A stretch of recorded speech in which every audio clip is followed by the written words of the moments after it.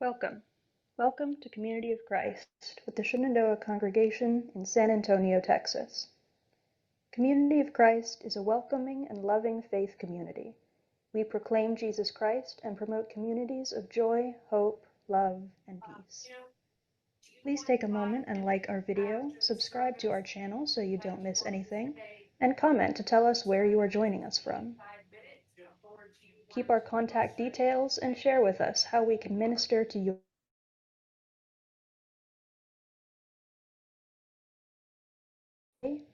.org.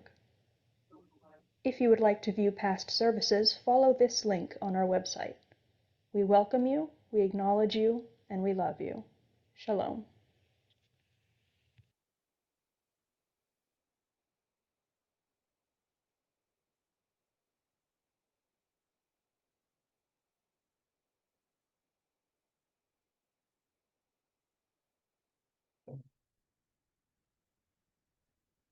I want to share with you this morning a phrase that I came up with a number of years ago that has been cycling more and more and more in my mind. And I want to share it within a context this morning. So I'll get to what that is. But first, I'm going to start with our theme this morning is to choose wisely. And I want to have us look towards a story from the early gospel that I think is a critical, thank goodness, a wise choice was made, which is the story in Luke when Jesus was a young boy. Do you remember this story? He was supposed to be with his parents, and he wasn't. And he was going to be in trouble because the parents were very worried. There were days that they could not find him. Do you remember this? And they finally kind of trace back their steps and they go back to Jerusalem and they find him in a temple. And they ask him, "What are you doing here? We've been worried sick about you." And this is normally when a young child just kind of melts and goes, "I know I'm in a lot of trouble, sorry about that." And instead, Jesus just calmly, with confidence and full assurance says, "Did you not know that I must be about my Father's business?" In the midst of everything that was supposed to be done, Jesus said, "I must be about my Father's business, and I choose that path." And we as Christians 2,000 years later would say, what a wise choice he made. Thank goodness he did that. That's a little bit of backdrop. A number of years ago, Kathleen and I were in Cleveland, Ohio, and the church was exploring this new endeavor called church planting. And there was no map for this. There was no direction for it. It was more of, is anyone interested, willing, silly enough, naive enough, energetic enough to try this? And you might raise your hand or they might tap you on your shoulder. Well, Kathleen and I, along with a friend of ours named David Minkler, formed a group in which we were working in the area of Cleveland in church planting. And we selected this area called West Avenue. And West Avenue was a place that in our kind of looking into it more and more, it was a place that was at its crossroads. It had some really rough edges to it, but it also had some interesting community aspects to it. And so it was at a kind of a decision point on what direction it might go. And we decided that's where we were going to do our work. Now, this was church planting through the church. Church was sponsoring events that we were doing. And we decided that we were going to work in West Avenue and help that community make a wise choice on its direction going forward. We thought this was a great way to go. The Mission Center president at one point aside, and he said, I'm fielding some questions. about what the work that y'all are doing helped me with the answers, which is, where are the baptisms? Where is the building being built? Where is the church going to be? And we struggled with that because that's what the supposed to answer would be. And we said, that is not the situation that we find ourselves working in. And so that these two don't align. And we struggled with how to answer the question. And ultimately we centered in on, this was our response. And this is what continues to cycle in my mind years and years later, and more recently. Our response to the Mission Center president was, if we are having a positive impact in the lives of God's children, we are about our Father's business. We may not be able to give you stats. We may not be able to point to bricks that are stacked together to make a building. We may not be able to point to new paint on the wall. But if we are having a positive impact in the lives of God's children, we are about our Father's business. And that became our North Star. That was our direction. And we felt that that was a wise choice based on the situation and the circumstances. Within our enduring principles, one of our enduring principles is responsible choices, and it says that we are called to make responsible choices within the circumstances of our lives that contribute to the purposes of God. Now, I didn't have that to quote at the time, but looking at that and our phrasing, if we are having a positive impact in the lives of God's children, we are about our Father's business. I find those to confirm responsible choices. And so that's what I want to talk about this morning. But I want to talk about it from now a new perspective, or a change in circumstance and situation. Kathleen and I moved here almost 2.5 decades ago now. Right? Ay. And when we came here, we had Miranda and Cassandra. We didn't have Audrey and Addison yet. They didn't exist yet.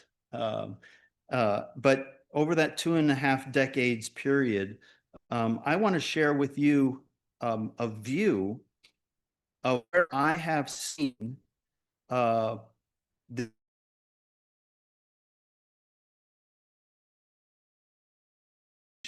what is it? And my response is consistent. It is a welcome.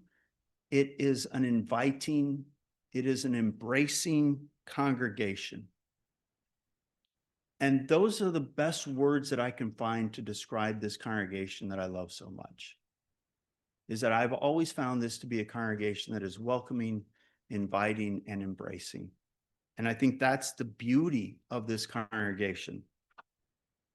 And in a traditional sense, that would apply when you say, tell me about a congregation and who it is, that would apply as a Sunday morning answer. And I want to talk about what I see as wise choices, as responsible choices that are beyond Sunday morning when I think of the Shenandoah congregation. I want to talk about things that I see in the Shenandoah congregation that reflect that if we are having a positive impact in the lives of God's children, then we are about our Father's business. A number of years ago, this congregation took a leap of faith. And it said, all that money that we've saved up all this time, we're going to deplete that and it'll be okay. And we said, not only are we going to deplete that, we're going to go borrow a bunch more and it'll be okay. And for a congregation that had never had a mortgage in its existence, that was a huge leap forward. And there was a lot of debate. There was a lot of words shared about whether or not it's a wise choice to deplete our savings and to take on a mortgage when this is a congregation that's never proven to itself that it can handle a mortgage. And yet that leap was made. And so the foyer is brand new. That was an open breezeway before that connected two separate buildings, and then renovated the fellowship hall and added that larger fellowship room in the back. All of that was done, and it was a big leap of faith forward. And I want to talk about the responsible choices. It was focused on from a Sunday morning perspective originally, but I want to talk about the responsible choices that are outside of Sunday morning that go back to we are a welcoming, inviting, embracing congregation. When you build a new building, whenever a facility is brand new and the paint is fresh on the wall and everything is pristine and perfect, you want to keep it that way absolutely as long as you possibly can. I'm going to use the word sneaker. Have you ever had a brand new white pair of sneakers? You try to keep them as brand new and white as long as you can, and then you get the first scuff, and then pretty quick they lose. But you try to see how long you can keep them absolutely pristine and white, right? We had a brand new facility. Everything was pristine. Everything was perfect. And you know what choice this congregation made? It said, we're going to let strangers just come in and use it however they want to use it for their needs and their circumstances. And we're going to make that available to them at a cost that covers the cost of the air conditioning running. I remember one time, and Ruth, you showed the facility to a lot of renters. Patty did that. A lot of them have been involved in this exercise. I remember one time showing someone that they were going to rent the facility, and at the end of it, they were going to rent it for 2 hours. And I told them, okay, you're going to get an hour before, you're going to get an hour at the end, and then you'll have your 2 hours. So you'll have a total 4 hours. Here's your price. And they just said, I'm sorry, what? You're kidding me. And they said, is that across every hour? I said, no, that's it. That's it. That's your total price. And I said, do you want to rent it? And they were like, yeah, of course. Let's talk about that non-traditional decision that was made. And let's talk about it in perspective of if we are having a positive impact in the lives of God's children, we are about our Father's business. We had a community yard sale every year for a number of years. And we opened that up to those who don't have a yard and therefore can't get a permit to have a yard sale. I remember one time I was helping somebody take something out to their truck they'd bought, and they said, well, good luck. I hope you make a lot of money off this yard sale. I said, well, we're not making money off this yard sale. It's the tables that you bought from. It's their money. Just pay a small fee for the table. That was it. He was like, seriously? Yeah. Because their circumstance, we want to have a positive impact in the midst of their circumstance. We had a community arts and crafts store, a sale. And I'll tell you, I was ministered to by those more than I think anyone who came here when I had a chance to sit with a pastor who was in the Deep South during the 60s and changed my understandings and my perspectives. We had a community computer lab that touched people from the I don't know how to turn this on, but I need to apply for a job and they don't do paper forms anymore and I have to do it online. How do I do this? To somebody trying to get their master's degree and help me with that. To somebody just trying to build their own budget. Their circumstances were in need. On Wednesday, there will be a PTSD gathering here at the church for those who are in need and the circumstances they find themselves in.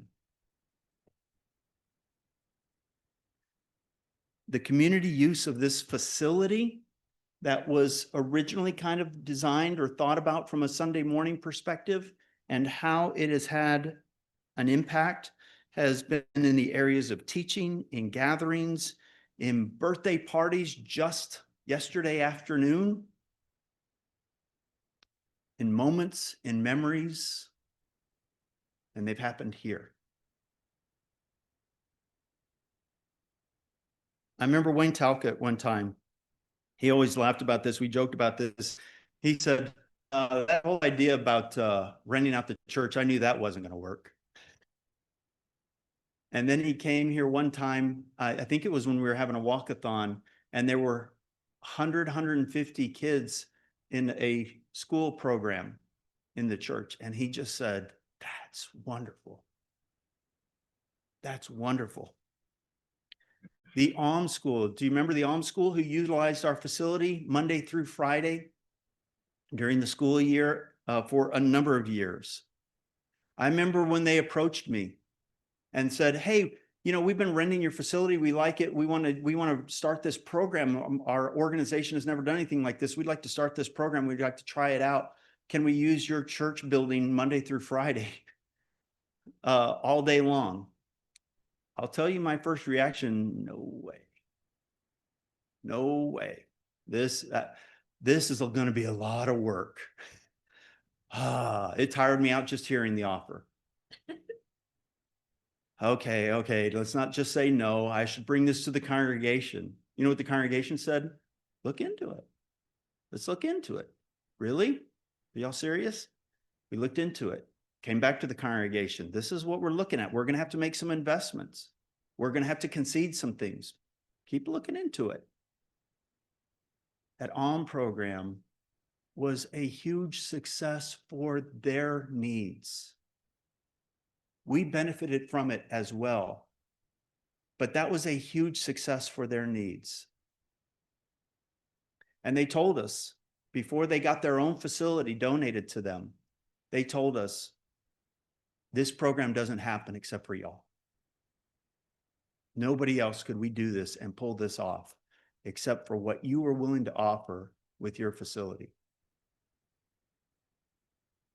If we are having a positive impact in the lives of God's children, we are about our Father's business. We are having a positive impact. And we are about our Father's business. And we have more to impact. Shenandoah. Who is Shenandoah? Shenandoah is a beautiful, welcoming, inviting, embracing congregation. And by the way, yes, on Sunday morning. We are all those things. I want to close by sharing with you two scriptures from the Doctrine and Covenants. The first one is 163, verse 1. Community of Christ, your name given as a divine blessing is your identity and calling. Do not be afraid to go where it beckons you to go. Shenandoah goes to the community. DNC 155, 7. Test my words, trust in my promises. Be not overly concerned with method as you go forth to witness in my name. There are many techniques for proclaiming my word, which may be used as needs and circumstances dictate. We are called to make responsible choices within the circumstances of our lives and in other lives that contribute to the purposes of God. Once again, what keeps flowing through my mind decades later and more on a loop, if we are having a positive impact in the lives of God's children, we are about our Father's business.